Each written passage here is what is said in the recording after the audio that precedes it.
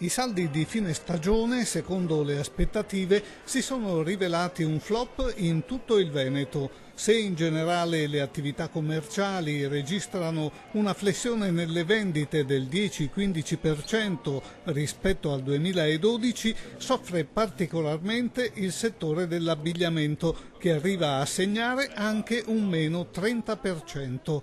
I saldi dunque ancora un momento importante per i ricavi delle aziende, ma il grafico delle vendite precipita rispetto agli anni passati. Luglio è andata sulla media dello scorso anno, che già però lo scorso anno risultavano un po' bassini. E agosto invece siamo un po' al di sotto dello scorso anno. I negozi del nostro genere hanno avuto un attimo di flessione perché è dovuta alla grande crisi che ormai è ben conosciuta. Quindi abbiamo centellinato e non migliorato dal confronto agli anni scorsi, che si pensava di recuperare. I saldi stanno per concludersi, com'è andata?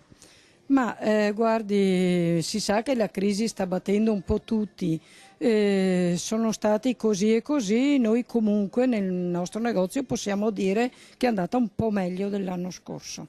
Siamo molto preoccupati, dice il direttore di Confesercenti Veneto Maurizio Franceschi. La ripresa economica è lontana, ci aspetta un autunno difficile. Entro la fine dell'anno chiuderanno sicuramente numerose aziende. C'è stato un buon riscontro, però non sufficiente, insomma, per l'economia, secondo me.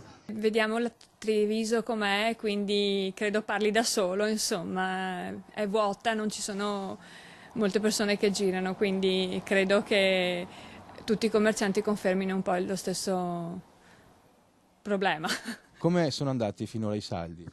Abbastanza lenti, diciamo, non come gli altri anni, molto meno, ecco. Direi bene, nessun problema, direi che tutta la stagione è andata abbastanza bene. Servono nuove norme, sostiene dal canto suo Maurizio Zanon di Confcommercio Veneto, per rafforzare le imprese all'interno delle città. Occorrono interventi per l'accesso al credito e per la flessibilità, ma ciò non significa restare aperti 24 ore su 24. Anche un'offerta eccessiva può essere dannosa.